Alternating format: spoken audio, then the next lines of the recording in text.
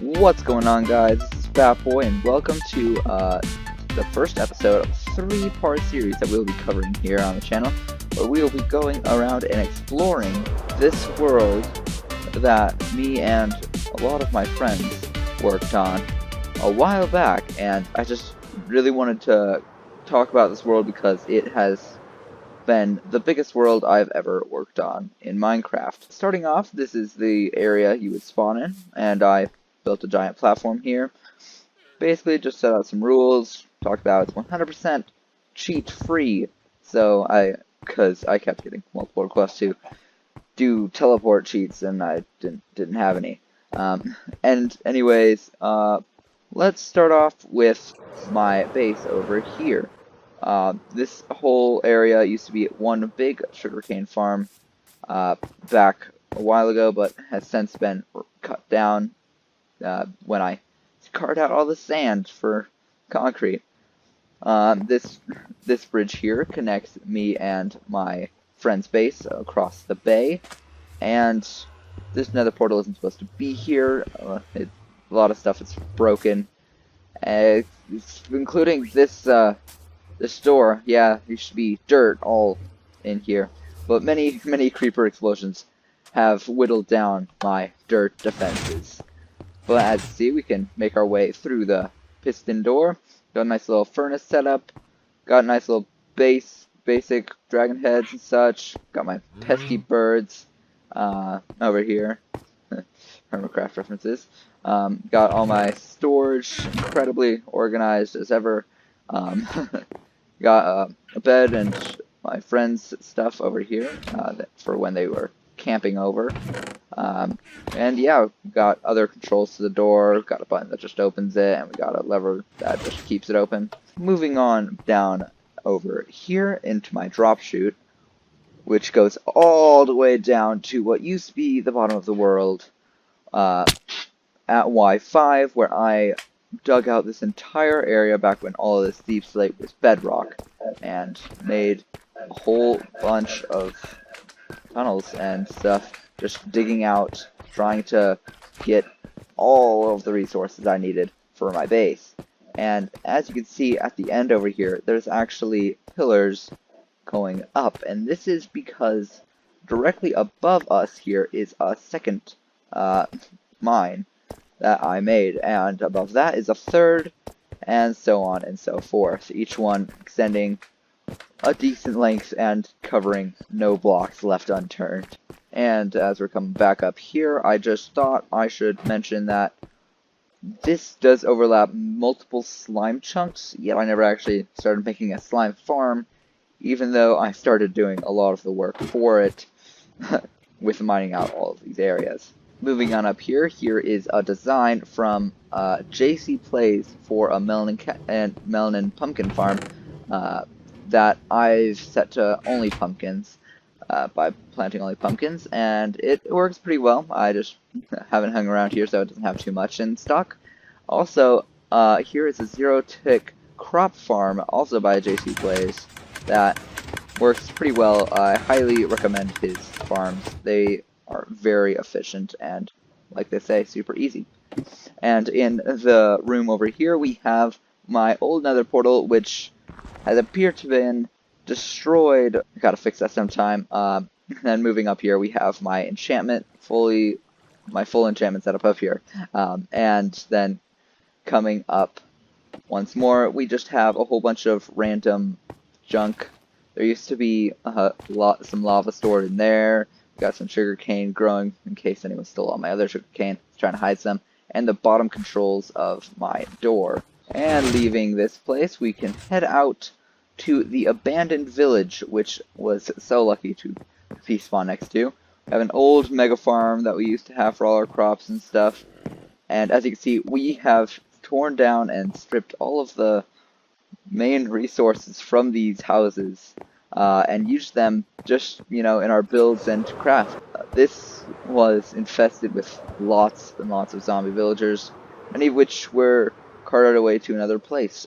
But flying on past the abandoned village, we can't help but mention one of my other friends' bases. This friend was only on the world for a few days, but he managed to use a whole bunch of resources and designed out this really cool kelp farm that uses both bamboo and kelp. Sadly, it was still a work in progress when he ended up leaving, but boy, it was amazing how much progress they made while they were here. Anyways, moving on past this amazing base here, we move on to another one of my friend's bases. All different people, by the way. And they lived underground because their main objective was mining. Now, they have this base up here with all their carrots, supplies, and some basic, chests and furnaces that they needed. But coming on down here to the bottom of their base, we can see that they have another carrot farm set up and all of their storage and such kept over here, where they had an amazing fishing farm designed by JC Plays and a massively extended storage system that always filled up and a whole bunch of lava to throw junk items into. But behind the fishing farm, they actually had this giant iron farm room, which was an iron farm work in progress because it never actually had the villagers added in yet. It was constantly getting worked on. They had the water sources and they had all the leaves and they were spawn proofing really well, but it just sadly never saw the full completion stage. And coming out from that room of their base, they have their giant mining tunnels which extend incredibly far distances. And this person was the second richest person on the server, and they even didn't want to go back to the surface for trees, so they just, carved out a giant area to start planting their own trees here, which was amazing. Anyways, moving on from their base, following the path that they created, we can head over to this villager breeder that they designed, which was going to fully populate their iron farm, and also provided plenty of villagers for myself. Following their path past the villager breeder and over to this other island, we have another one of my friend's bases, a different friend, and they built this amazing glass ceiling wall dome-shaped thing that's amazing, and this friend came with me to the end to do some end busting back in the day, and they got their own elytra, got their whole own setup, have their large farms both above and below, and they have their own fishing area over here too, because this friend loved to fish. Not AFK fish, but just do it the old-fashioned way. Moving away from this base and following the path back to spawn, we can see that there is this massive base that towers all the way to what used to be build height. And this was made by the friend who spent, I think, probably the most time on this server, and they did so much. Landing on inside here, we have a large area that was going to be a huge mob farm, but never ended up getting finished.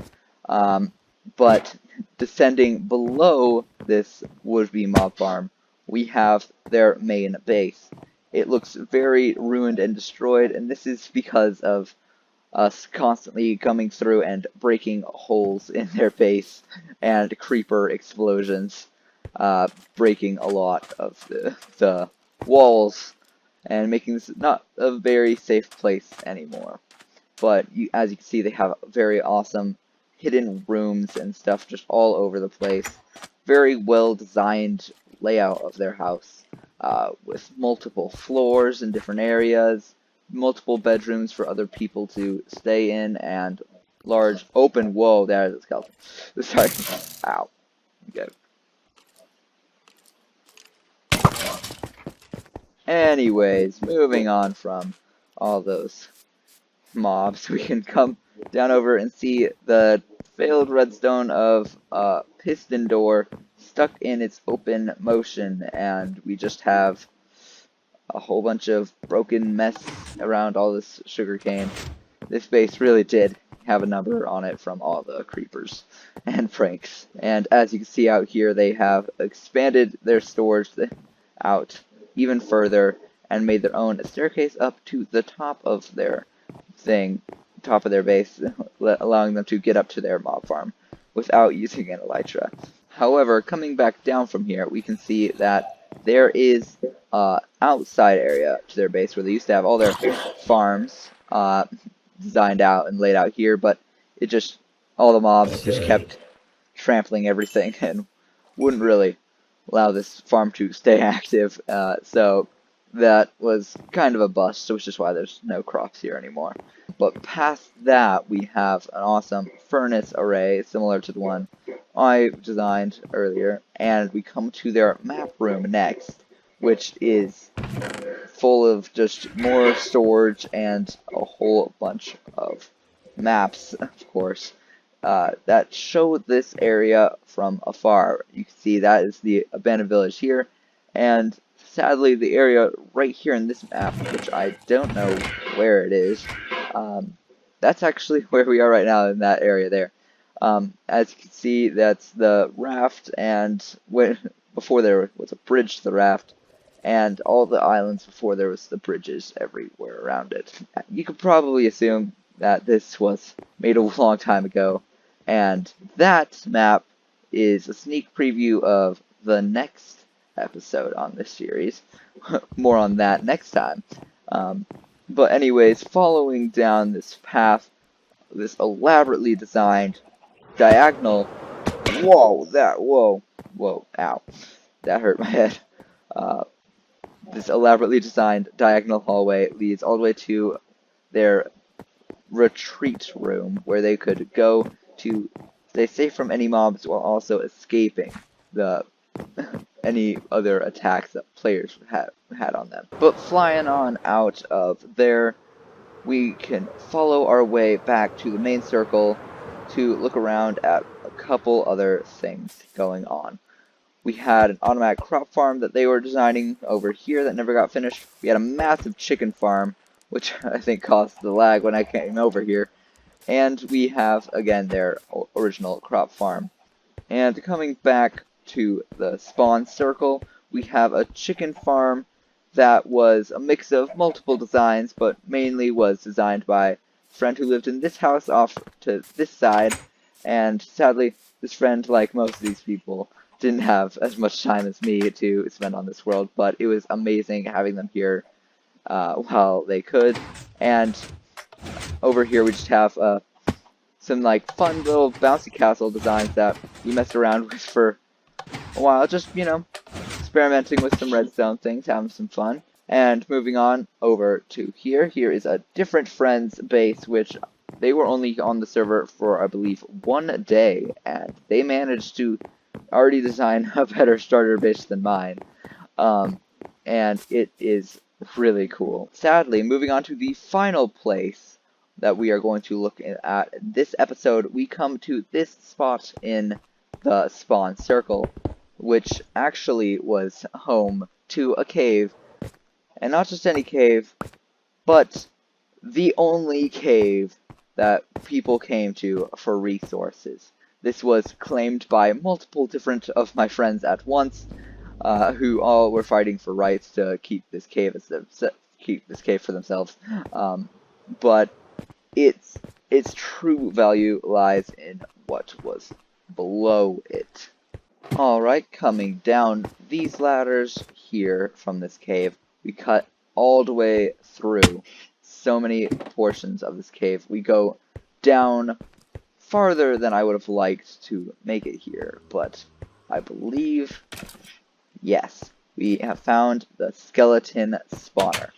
This was turned into a skeleton farm and a mob grinder, again, designed by JC Plays, as most everything is here, and it is incredibly loud.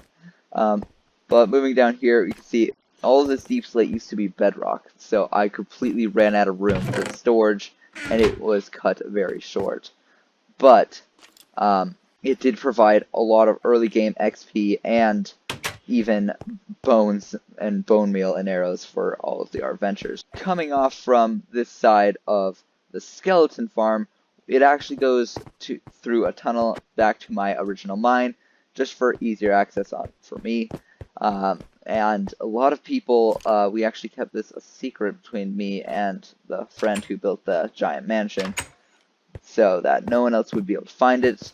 However, basically everyone found out about this place eventually. And yeah, it was just really, really good early game farm.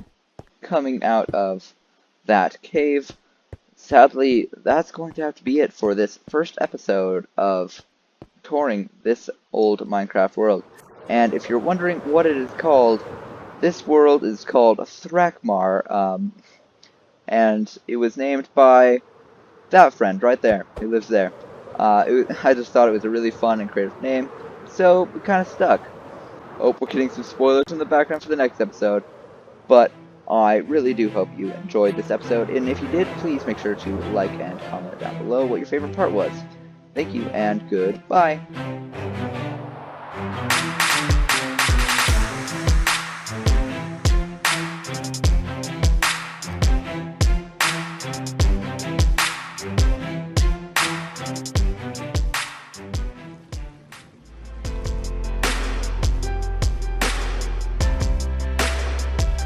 Oh yeah, there's a lot to cover.